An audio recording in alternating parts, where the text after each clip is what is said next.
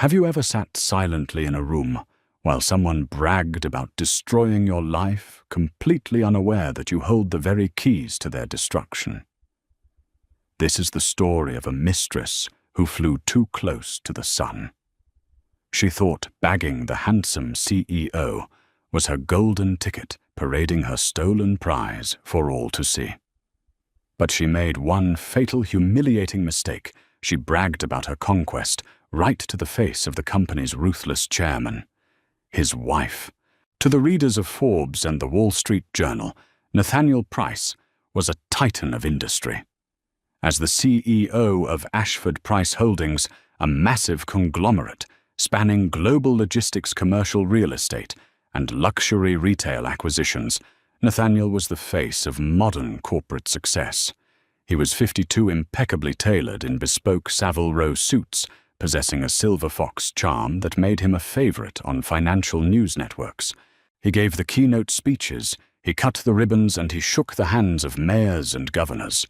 He loved the spotlight. He thrived in it.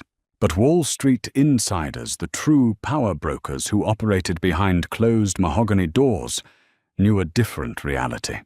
They knew that Nathaniel Price was merely the handsome hood ornament on a very powerful, very quiet engine. That engine was his wife, Victoria Ashford.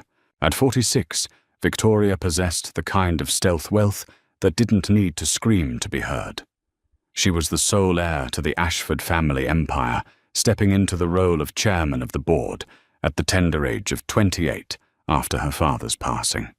When she married Nathaniel 15 years ago, it was viewed as a brilliant strategic merger. He had the charisma and the ruthless operational drive. She had the capital, the generational connections, and the ultimate veto power. While Nathaniel occupied the sprawling glass-walled CEO suite on the 50th floor, Victoria maintained a modest, unmarked office on the 51st. She rarely gave interviews, avoided high society galas unless absolutely necessary, and spent her days quietly analyzing market trends, approving board decisions, and managing the philanthropic arm of the company. She owned 62% of the voting shares. Nathaniel owned 8.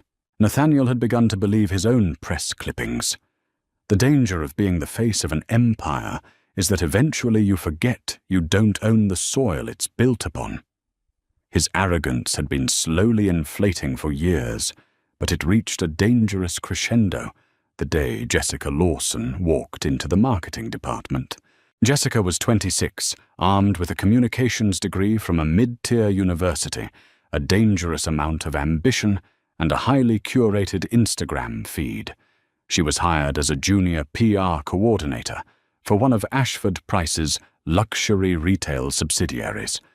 With her perfectly styled blonde extensions, designer knockoff handbags, and an aggressive networking style, she was a stark contrast to the conservative old money aesthetic of the holding company.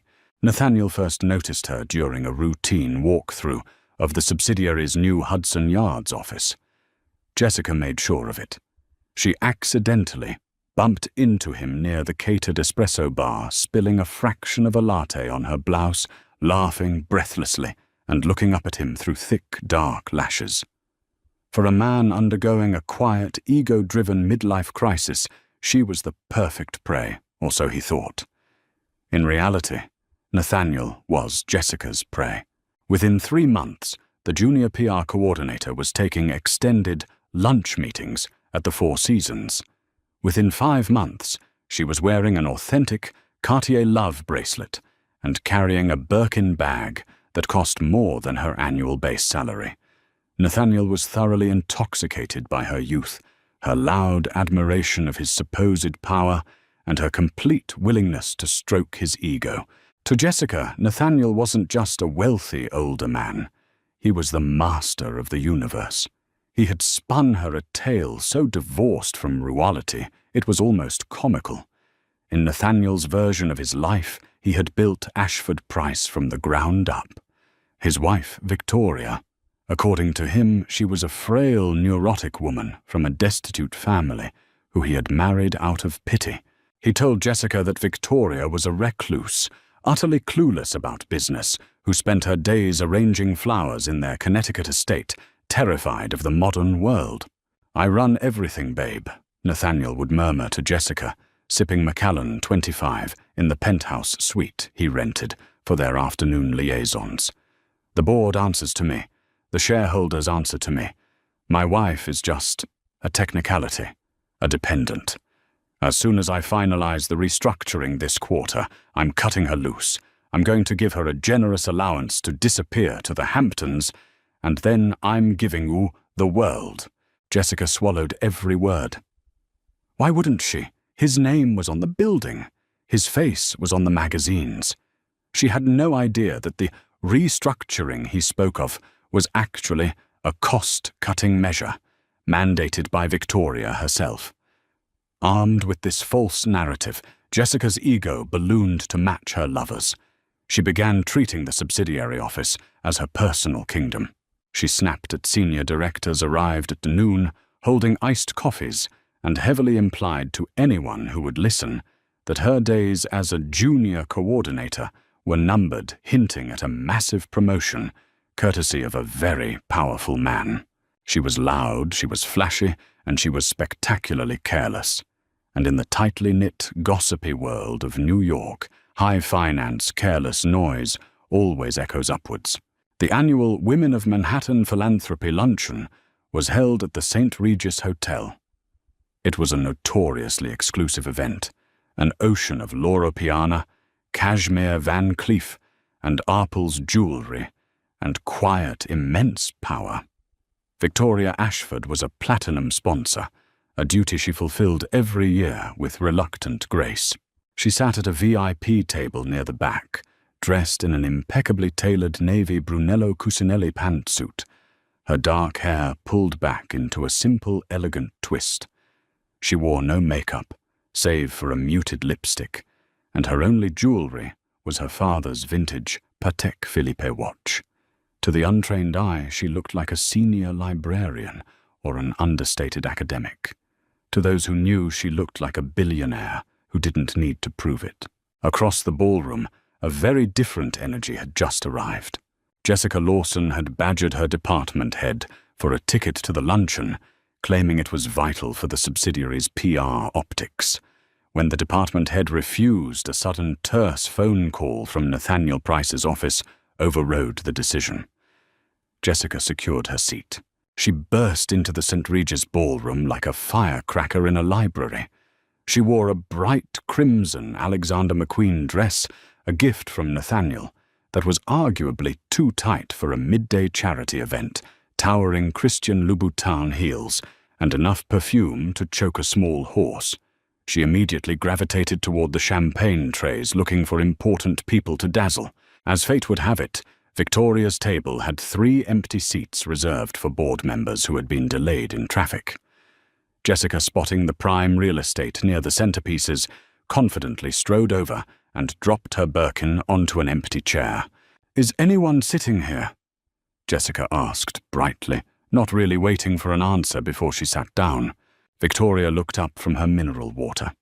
Her expression remained placid, though her sharp eyes took in the crimson dress, the flashy handbag, and the palpable aura of desperate ambition.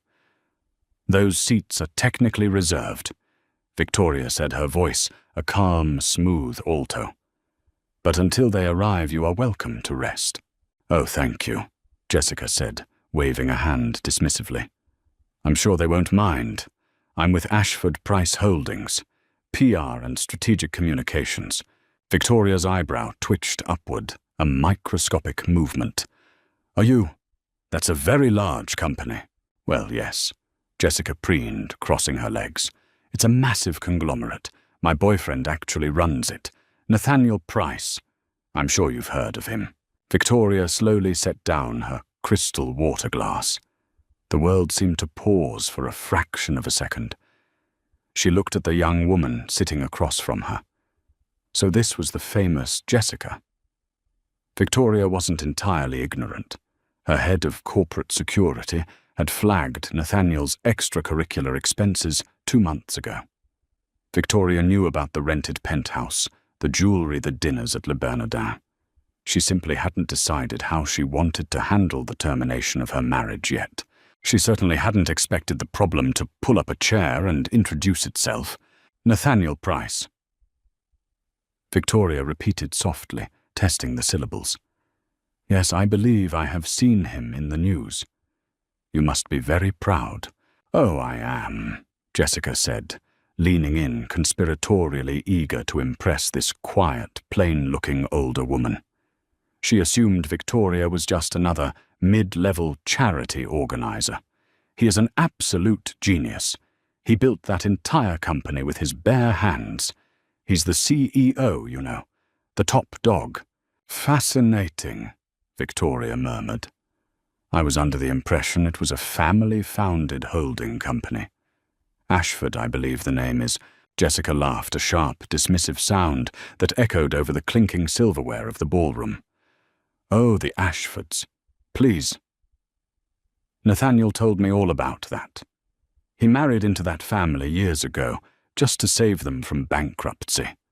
The wife is a total invalid, a neurotic recluse who hasn't stepped foot in a boardroom in a decade. Nathaniel keeps her around out of pity, honestly. She just stays locked up in their house, terrified of her own shadow. Victoria picked up her napkin, calmly dabbing the corner of her mouth to hide the ghost of a smile playing on her lips. Is that so? How tragic for him. It really is, Jessica sighed dramatically, taking a large gulp of champagne. He carries the weight of the world on his shoulders. But, she lowered her voice, her eyes sparkling with malicious triumph. Not for much longer. He's orchestrating a massive corporate buyout right now. He's going to force the old board out, take the company completely private under his own name, and finally divorce the dead weight. The dead weight, Victoria echoed, her tone perfectly even. His wife, Jessica clarified, rolling her eyes. He's going to serve her papers the second the quarter ends. He's already having his lawyers draft an ironclad NDA. He said he's going to give her a little cottage somewhere and a modest stipend just to keep her quiet. And then, Jessica smiled, tapping her crimson manicured nails against her champagne flute. Then he's taking me to Paris to celebrate. He practically promised me a VP title by Christmas. A VP title, Victoria said gently. In strategic communications or corporate development. Jessica waved her hand again. Wherever I want, really. When your partner is the supreme boss, the rules don't exactly apply. Victoria leaned back in her chair. The sheer audacity of Nathaniel's lies was almost impressive. He hadn't just exaggerated his importance. He had fabricated an entirely alternate universe and fed it to this gullible, arrogant girl. To think that Nathaniel believed he could bypass a board where Victoria controlled the supermajority, or that he had the legal footing to offer a modest stipend to the woman whose trust fund paid for the very tailored suits he wore, was a staggering display of delusion. It sounds like you have your entire future mapped out, Victoria said, her voice carrying a chilling warmth. It must be wonderful to have such certainty. You just have to know your worth. Jessica beamed, utterly oblivious to the razor edge in the older woman's tone. She looked Victoria up and down, taking in the unbranded navy suit and the lack of diamonds. You know you should really put yourself out there more. Get a blowout. Wear some color. Men respect a woman who commands attention. Victoria stood up slowly. The 3 delayed board members, Oliver Stanhope, the CFO, Cynthia Reynolds, the head of global HR, and Arthur Pendleton, the chief legal counsel, were making their way across the room toward the table. I appreciate the advice, Victoria said softly, picking up her small clutch. I find, however, that true power rarely needs to command attention. It simply acts. Oliver Stanhope reached the table first, looking slightly breathless. He completely ignored the girl in the red dress. Victoria, my profound apologies. The traffic on the FDR was a nightmare. Have we missed the opening remarks? Jessica froze. Her champagne flute stopped halfway to her mouth. She stared at the distinguished grey-haired man in the Brioni suit who had just addressed the plain woman. "Not at all, Oliver," Victoria replied smoothly. Arthur Pendleton stepped up next, giving Victoria a brief, respectful bow of his head. "Madam Chairman." "Always a pleasure."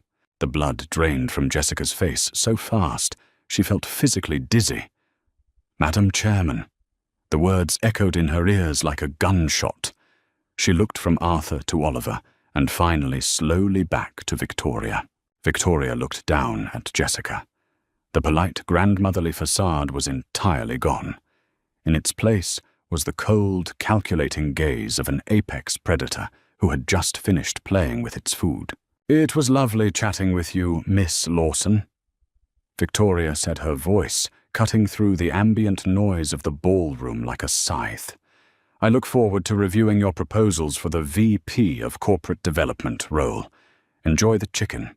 Victoria turned and walked gracefully toward the front of the room, flanked by the highest-ranking executives of the company, leaving Jessica paralyzed in her seat, suffocating in her own expensive perfume. Victoria Ashford didn't scream. She did not throw crystal vases against the walls of her Tribeca penthouse, nor did she send angry, weeping text messages to her husband. Emotion in Victoria's world was a luxury that clouded judgment.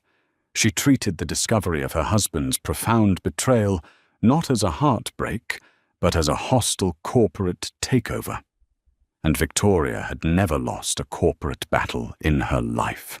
The morning after the St. Regis luncheon, Victoria was seated at the head of a long black marble conference table in her private offices on the 51st floor. The room was soundproofed and strictly off-limits to anyone without Level 1 clearance, which meant Nathaniel's keycard didn't work here. Sitting across from her were Arthur Pendleton, her chief legal counsel, and a team of 3 forensic accountants. "I want it all," Victoria said quietly, sipping black coffee from a porcelain cup. "Every offshore account, every hidden LLC, every company credit card expenditure that cannot be immediately tied to a legitimate client acquisition.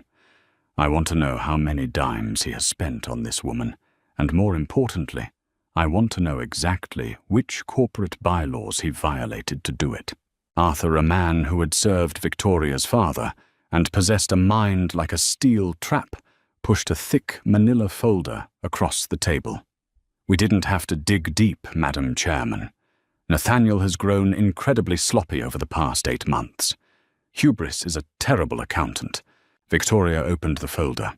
The first page was a summary of a shell corporation named N-Star Ventures, registered in Delaware.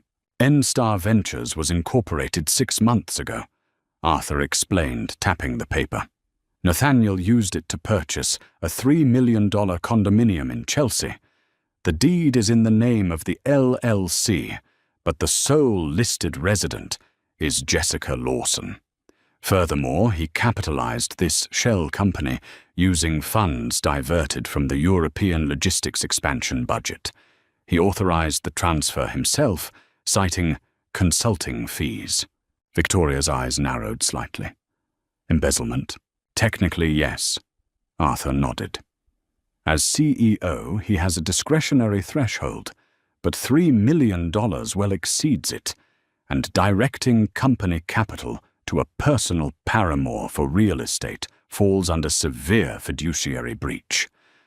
That is grounds for immediate termination, with cause forfeiting his entire severance package." "What else?" Victoria turned the page.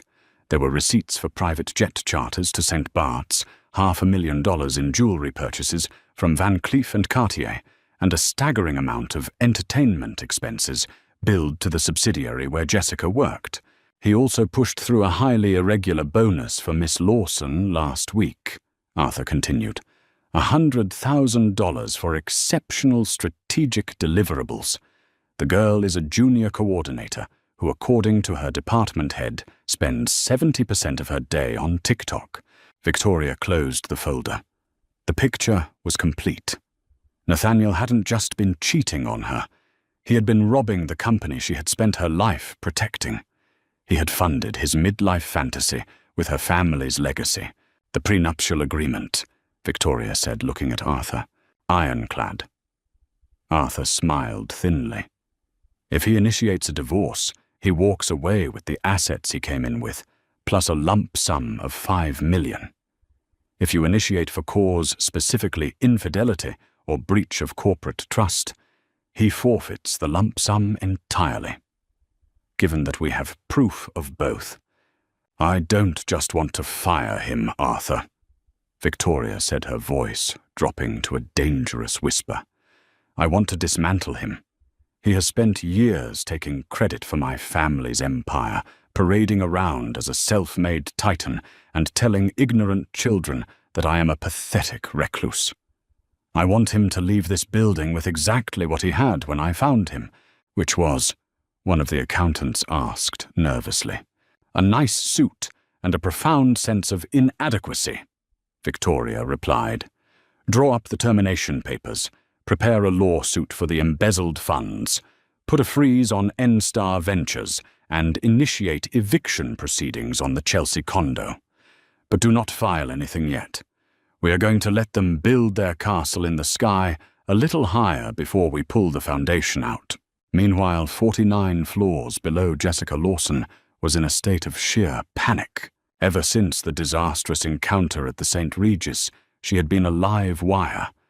She had rushed back to her office, locked the door, and hyperventilated into a paper bag. She had literally told the chairman of the board, the woman her boyfriend was supposedly going to fire, that she was sleeping with the CEO and planning a corporate coup. She had expected security to march into her office that very afternoon and drag her out by her blonde extensions. She expected Nathaniel to call her screaming that his wife knew everything. But nothing happened. Monday passed, then Tuesday, then Wednesday. Nathaniel took her to dinner at Nobu on Thursday, completely relaxed, bragging about a golf game he'd had with the senator. How are things? At home, Jessica had asked tentatively, over black cod miso, her stomach tied in knots.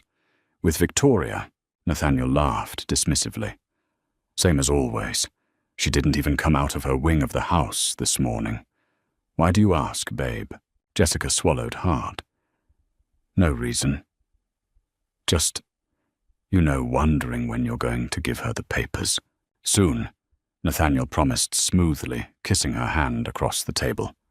Just dotting the I's on the restructuring. Don't worry your pretty little head about it. Relief washed over Jessica quickly, followed by a renewed sense of toxic arrogance. Victoria didn't tell him. Why wouldn't she tell him? In Jessica's warped, inexperienced mind, there was only one logical explanation. Victoria was intimidated. Jessica remembered Nathaniel's lies, that Victoria was weak, terrified, and powerless. Obviously, the old hag had recognized that Jessica was the new queen bee and was too cowardly to confront her husband about it. She was probably terrified Nathaniel would leave her faster if she made a fuss. Empowered by this massive delusion, Jessica became a tyrant at the subsidiary office, believing she had successfully stared down the chairman of the board and won, she practically stopped working altogether. I need this desk moved to the window, Jessica snapped at a seasoned office manager on Friday morning, pointing at a senior director's workspace. Miss Lawson, that is Director Harrison's desk, the manager said tiredly. Well, Director Harrison can move, Jessica huffed, crossing her arms. I need natural light for my content creation, and frankly my proximity to the CEO means my comfort is a priority.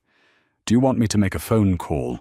She began firing off emails to Cynthia Reynolds, the global head of HR, demanding an immediate title bump to Director of Executive Communications, citing her intimate knowledge of top-tier leadership. Up on the 51st floor, Cynthia forwarded the emails directly to Victoria with a single question mark. Victoria read the demanding, poorly punctuated emails from Jessica and allowed herself a genuine cold smile. The trap was set. The evidence was secured. The mistress was arrogant enough to put her demands in writing, and the husband was stupid enough to keep stealing to fund it. It was time for the quarterly board meeting, and Nathaniel Price was about to give the presentation of his life. The quarterly board meeting was not held in a standard conference room. It was held in the grand auditorium of the Ashford Price Tower, a space designed for shareholder presentations, massive press conferences, and the rare moments when the company needed to project absolute, unshakable authority.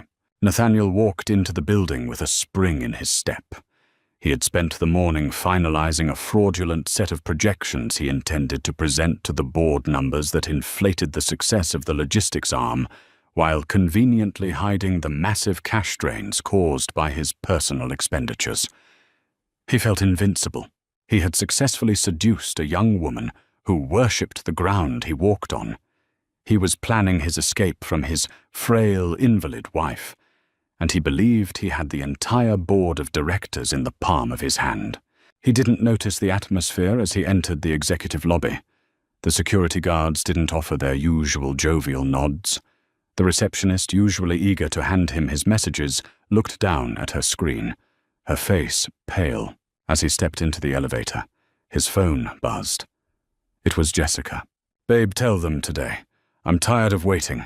I want my office by Monday. Make her sign the papers." Nathaniel smirked, typing back, "Consider it done.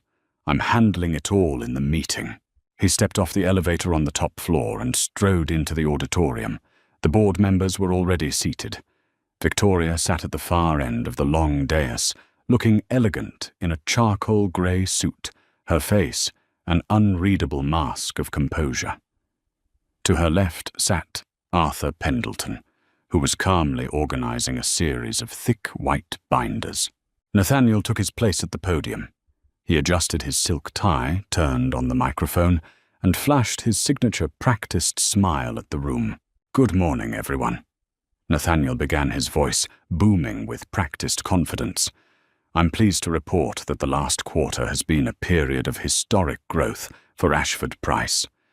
Despite some market volatility, our internal restructuring and strategic realignments, which I have personally overseen, have positioned us for unprecedented profits." He clicked the remote, and the screen behind him illuminated with colorful graphs. They were total fabrications, but they looked professional enough to fool anyone who hadn't seen the raw data. "I've spent a great deal of time analyzing our operational inefficiencies," Nathaniel continued, pacing the stage with the charisma of a seasoned orator, "which is why I am proposing a radical shift in our leadership structure. We need to streamline communication, trim the fat from the management layer, and prioritize visionaries who understand the modern market. I have already identified several key individuals who will be stepping into new, vital roles." He glanced at Victoria, waiting for her to look away to show the weakness he had described to Jessica. But Victoria didn't look away. She stared at him, with eyes as cold as Arctic ice. "I have also," Nathaniel cleared his throat, "prepared a proposal for the dissolution of the current holding agreement. It is time for Ashford Price to evolve beyond the old restrictive family-based protocols. I move that we transition to a standard corporate governance model, effectively stripping the board of its veto powers regarding executive appointments." Silence filled the auditorium. It was the kind of silence that usually preceded an earthquake. "Are you finished, Nathaniel?" Victoria's voice cut through the air, clear and steady. Nathaniel chuckled, sensing he had the room's full attention. "I'm just getting started, Victoria. I know you've been comfortable in your position for a long time, but the world is changing. I'm doing this for the good of the company." Victoria stood up. She didn't hurry. She walked toward the podium with the measured pace of a monarch approaching an execution block. "Arthur," she said, without turning her head, "please hand out the folders." Arthur Pendleton stood and began placing heavy black-bound files in front of each board member. Nathaniel watched his smile faltering for the first time. "What is this?" "These, Victoria," said her voice echoing through the silent room, "are the quarterly results. Not your projections, Nathaniel. The real ones. Nathaniel's hand tightened on the podium. I don't know what you're talking about, Victoria. Those are internal documents. You haven't— I have, Victoria said. She turned to face him fully, her expression devoid of any emotion. I have the ledger for N-Star Ventures. I have the receipts for every piece of jewelry, every private jet, and every dollar you borrowed from our logistics expansion fund to furnish a penthouse for your mistress. The air in the room seemed to vanish. Nathaniel's face went white, then a mottled, panicked shade of red. Victoria, listen to me. It is actually, she interrupted, her voice gaining strength. I believe you told Miss Lawson that I was a neurotic invalid who spent her days hiding in the dark. I believe you told her that I was dead weight and that you were the master of the universe. You've been very busy, Nathaniel. Busy cheating, busy stealing, and busy building a fantasy life on the foundation of my family's name. She signaled to the side door. Two men in dark, nondescript suits entered the room. They weren't security, they were federal investigators. The board has reviewed the files, Victoria announced, her gaze sweeping across the stunned directors. You are accused of embezzlement, breach of fiduciary duty, and corporate fraud. These gentlemen are here to escort you to a secondary location for further questioning. Your access to all company assets has been terminated effective immediately. Your shares are being held in escrow, pending the resolution of these criminal charges. Nathaniel gripped the podium, his knuckles turning white. You can't do this. I am the CEO. You were the CEO, Victoria corrected, checking her watch. You were fired exactly 6 minutes ago, by a unanimous vote of the board. She leaned in close, her voice a whisper that only he could hear. You thought you were the architect of my life, Nathaniel. But you were always just the tenant. And you've been evicted. While Nathaniel was being led out of the building in handcuffs, the shockwaves of his downfall were hitting the subsidiary office like a tidal wave. Jessica Lawson was sitting at her desk, blissfully scrolling through Paris vacation rentals on her phone, waiting for the notification that her new VP title had been finalized. She had already told her co-workers that she was being promoted, and that everyone needed to start addressing her differently. The first sign that something was wrong was when her company-issued laptop screen flickered and went black. A window popped up. Access denied, account deactivated. What the hell? She muttered, tapping the screen aggressively. She picked up her phone to call Nathaniel, but his number went straight to voicemail. She tried again. Voicemail. She felt a cold prickle of dread crawl up her spine. She stood up and walked to the office manager's desk. Hey, my computer is acting up. Can you check my credentials? The office manager looked at her, her expression one of barely concealed disgust. You don't have credentials anymore, Jessica, and you need to leave the building now. Excuse me. Jessica's voice rose a sharp, entitled shriek. Do you know who I am? You're a disgraced junior employee who has been caught embezzling company funds. A new, colder voice cut in. Cynthia Reynolds, the global head of HR, stood at the entrance to the department, accompanied by 2 security guards. She held a thick envelope in her hand. This is a termination notice, Cynthia said, stepping forward, as well as a subpoena. Ashford Price is filing a civil suit against you for the recovery of $3 million in stolen assets, including the Chelsea condo and the jewelry currently in your possession. Jessica felt the room spin. Stolen. He gave them to me. He's the CEO. He said the company was ours. He is currently in the back of a police cruiser, Cynthia said, her tone devoid of sympathy. And he is not the CEO. He is a criminal. You are an accomplice. The security team will escort you to your apartment to collect your personal items, after which you are to vacate the premises permanently. You are also barred from all Ashford Price properties. No, Jessica whispered, her eyes wide with terror. He said he was going to marry me. He said he was going to take over. He lied to you, Jessica, Cynthia replied. Just like he lied to us. But he is a man of limited means who tried to play a game with people who own the board. You were just a pawn in his game. A very expensive, very foolish pawn.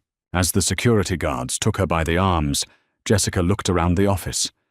The people she had spent months belittling were watching her with expressions of cold, quiet satisfaction. There was no pity. There was only the sound of her own desperate, ragged breathing. When they arrived at the Chelsea condo, the locks had already been changed. Her key didn't work. One of the security guards stepped forward and opened the door with a master key. You have 20 minutes to remove your personal effects, the guard said, checking his watch. Everything else, the furniture, the art, the electronics, is being seized by the firm. Jessica stumbled into the apartment, her designer heels clicking loudly on the hardwood floor. She grabbed a suitcase from the closet and began throwing in her clothes. She reached for the Birkin bag, but the security guard stepped in front of her. That belongs to the firm, he said. It was purchased with embezzled funds. It's mine, she wailed, clutching the bag. He gave it to me. Give it up, miss, the guard said, his voice flat. It's not worth it. She surrendered the bag, sobbing openly now. As she was escorted out of the building, she saw a crowd of onlookers outside. She tried to hide her face, but a reporter from the Financial Times caught her in the glare of a camera flash. The image would be on the front page of every major business publication the next morning, the disgraced, crying mistress of the man who tried and failed to steal an empire. Up on the 51st floor, Victoria sat in her office, looking out over the city. She watched the police car pull away from the building's entrance. She felt no satisfaction, no rush of adrenaline, and no regret. She felt only the steady, rhythmic heartbeat of the company she had been born to lead. The storm had passed. The house was clean. And for the first time in 15 years, Victoria Ashford was truly, utterly, and powerfully alone at the helm. She opened her laptop and began the long process of rebuilding the logistics division that Nathaniel had hollowed out. The arrogance of others had nearly cost her her legacy. She wouldn't make that mistake again. The fluorescent lights of the federal holding facility in Lower Manhattan buzzed with an irritating, relentless hum. It was a stark, clinical environment that smelled faintly of industrial bleach and stale sweat, a violent departure from the mahogany-paneled suites and Michelin-starred dining rooms Nathaniel Price had accustomed himself to. He sat at a bolted-down metal table, wearing a wrinkled, oversized orange jumpsuit. The Savile Row tailoring was gone, replaced by stiff, institutional cotton. His silver hair, usually perfectly coiffed, hung limply over his forehead. Across from him sat Bradley Winston, a high-powered, white-collar criminal defense attorney whose hourly rate was enough to make a seasoned hedge fund manager wince. Bradley was methodically sliding photographs and banking ledgers across the metal table. "I need you to understand the gravity of your situation, Nathaniel Now," Bradley said, his voice devoid of the usual deference people offered the former CEO. "Victoria didn't just fire you. She meticulously documented a 5-year pattern of corporate malfeasance. The feds have everything. They have the wire transfers to N-Star Ventures. They have the fraudulent quarterly projections you intended to present, which constitutes intent to commit wire fraud. And they have the paper trail for every single luxury item you purchased for Miss Lawson. It's a misunderstanding," Nathaniel hissed, leaning forward, his eyes darting frantically around the barren room. "The projections were aggressive, yes, but they weren't fraudulent. It was strategic forecasting. As for the LLC CEOs, set up private entities all the time for discretionary spending. It was a holding account for future acquisitions." Bradley pinched the bridge of his nose. "Nathaniel, you bought a $3 million Chelsea loft and filled it with Hermes furniture. You cannot categorize that as a corporate logistics acquisition." Victoria has handed the Securities and Exchange Commission a fully wrapped gift box. You are facing 20 years on the embezzlement charges alone. She can't do this. Nathaniel slammed his fist onto the table, the metallic bang echoing in the small room. The narcissistic delusion that had shielded him for a decade was beginning to crack, and the reality bleeding through was terrifying. I built that company's public profile. I was the face of Ashford Price. Without me, their stock will tank. Actually, Bradley replied coldly, pulling up a tablet. The market responded to your termination this morning. When Victoria Ashford announced she was stepping in as interim CEO and initiating a massive audit to cleanse the executive ranks, the stock jumped 9%. Wall Street loves a decisive purge. They love her. Nathaniel sank back into his plastic chair, all the air leaving his lungs. What about the prenuptial agreement? I'm entitled to a $5 million walkaway and my original equity. Null and void, Bradley stated flatly.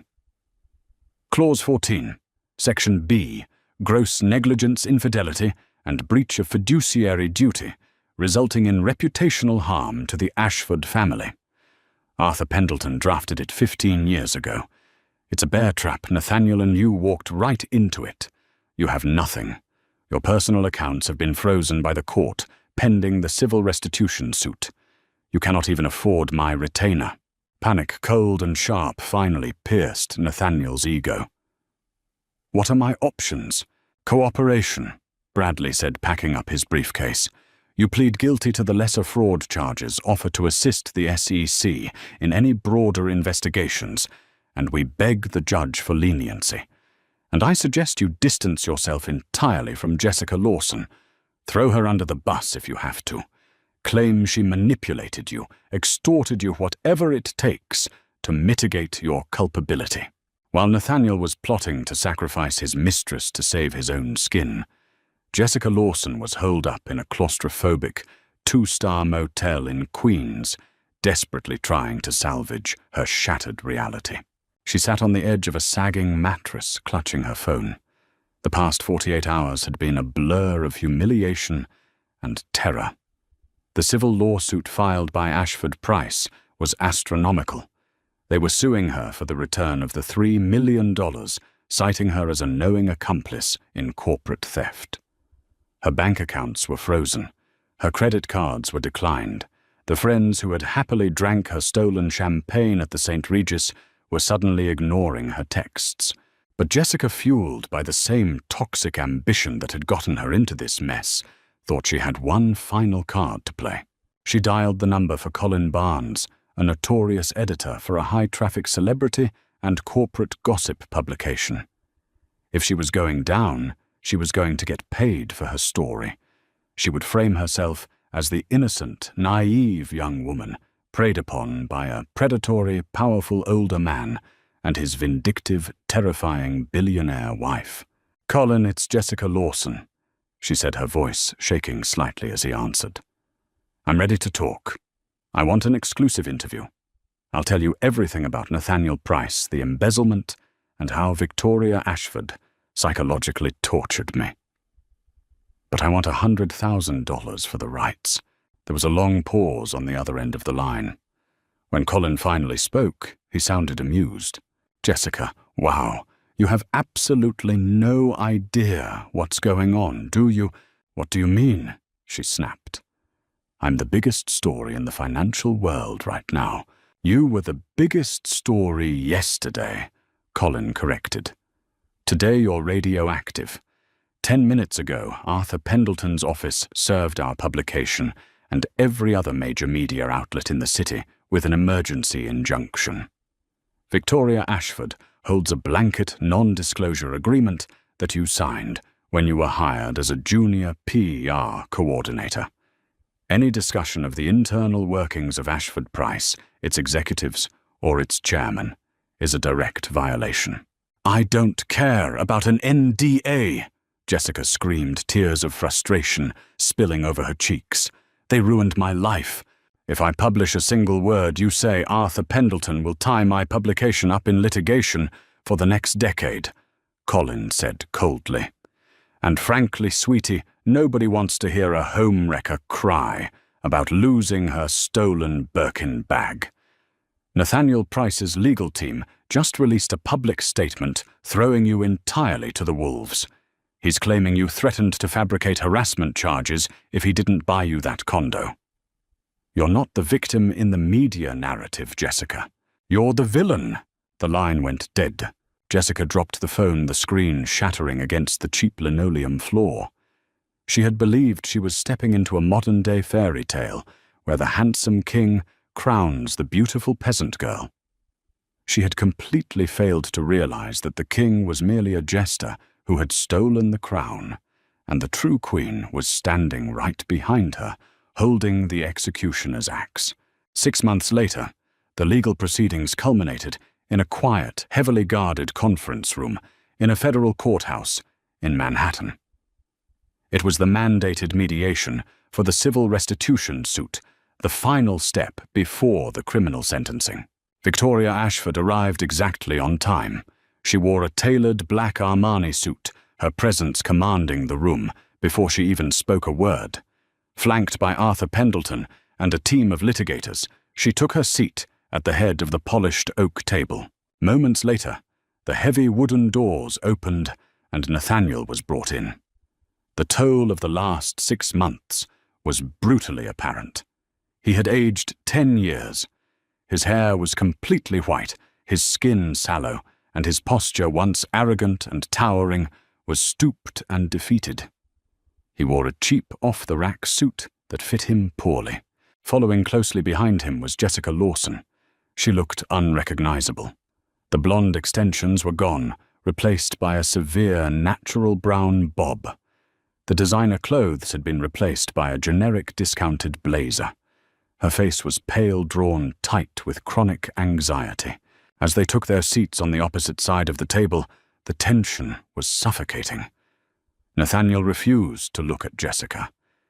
Jessica glared at Nathaniel with a hatred so potent it seemed to vibrate in the air. "Let us make this efficient." Arthur Pendleton began opening his files. Ashford Price is seeking the total forfeiture of all assets acquired by N-Star Ventures.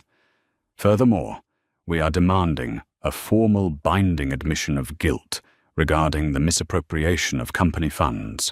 "My client has nothing left to forfeit," Bradley Winston Nathaniel's lawyer said wearily. "The government has seized his remaining personal capital to pay the fines. He is declaring personal bankruptcy. And my client," Jessica's court-appointed attorney chimed in, "was an unwitting recipient of these funds. She believed Mr. Price was acting within his legitimate means. She has surrendered the property and the jewelry, demanding further financial restitution from a woman who is currently working as a barista to pay her rent is punitive and unnecessary." Nathaniel scoffed loudly, the sound echoing harshly in the quiet room. "Unwitting. She bled me dry. She knew exactly what she was doing. She demanded that Chelsea loft. She blackmailed me." "You lying coward," Jessica shrieked, slamming her hands on the table, abandoning any pretense of legal decorum. "You told me you owned the company. You told me your wife was a pathetic invalid. You used me to play out your sick little power fantasies because you knew you were nothing but a figurehead. You were a gold-digging parasite," Nathaniel shouted back, his face turning purple. "You ruined my life. I had everything before you walked into that office." "Enough." Victoria's voice was not loud. It was barely above a whisper, yet it possessed an absolute chilling authority that instantly silenced the screaming match.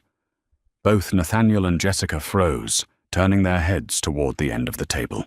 Victoria looked at them. There was no anger in her eyes. There was only the cold, detached observation of a scientist watching a failed experiment finally conclude.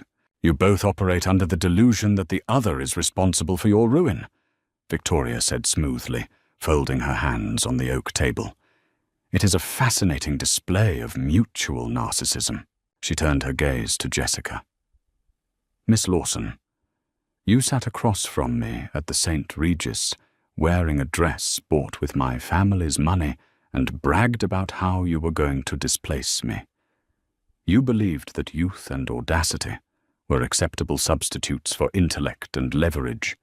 You thought you could outmaneuver a boardroom because you successfully seduced a weak man. You are not a victim. You are merely the architect of a very foolish, very public suicide. Jessica swallowed hard, shrinking back into her chair, unable to meet Victoria's terrifyingly calm eyes. Victoria then turned to Nathaniel. And you, Nathaniel, you actually convinced yourself that the suit made the man. You forgot who wrote the checks. You forgot who built the foundation you stood upon. You thought that because I preferred the quiet, you were the master of the house. But the truth is, I let you play CEO because you enjoyed the cameras and the golf courses, and it kept you out of my way. Nathaniel opened his mouth to speak, but the words died in his throat. He looked at the woman he had spent years underestimating, finally seeing the apex predator that had always been hiding beneath the surface. I am not interested in dragging this out in civil court, Victoria continued, looking back at Arthur. Arthur, draft the settlement. They will both sign full admissions of liability. They will forfeit any claim to any remaining assets, intellectual property, or severance. They will accept a lifetime gag order regarding Ashford Price and my family. If they do this, we will drop the demand for further monetary damages. She stood up, buttoning her jacket. They have nothing left to give anyway, she said quietly. Let the criminal courts finish the job. As Victoria walked out of the conference room, leaving her betrayers to sign away the last shreds of their dignity, she felt a profound sense of clarity. The tumor had been excised.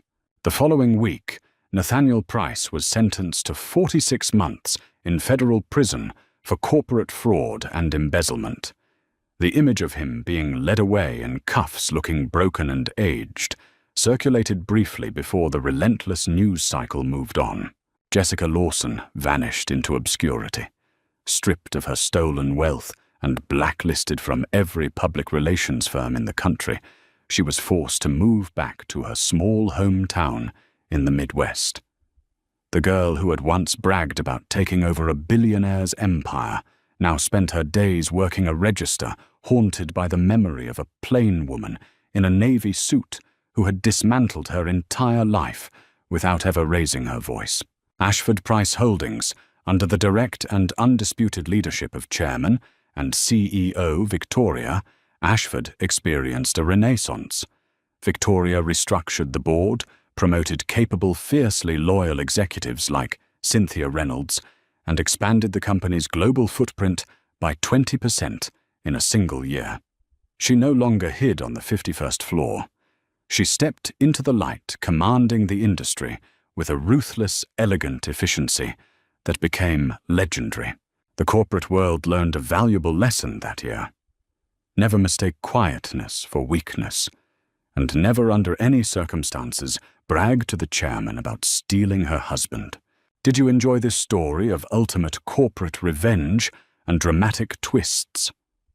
There is nothing quite as satisfying as watching true power quietly dismantle arrogant betrayal. If this story kept you on the edge of your seat, we want to hear your thoughts. Drop a comment below, telling us your favorite moment of Victoria's brilliant takedown. Don't forget to hit that like button.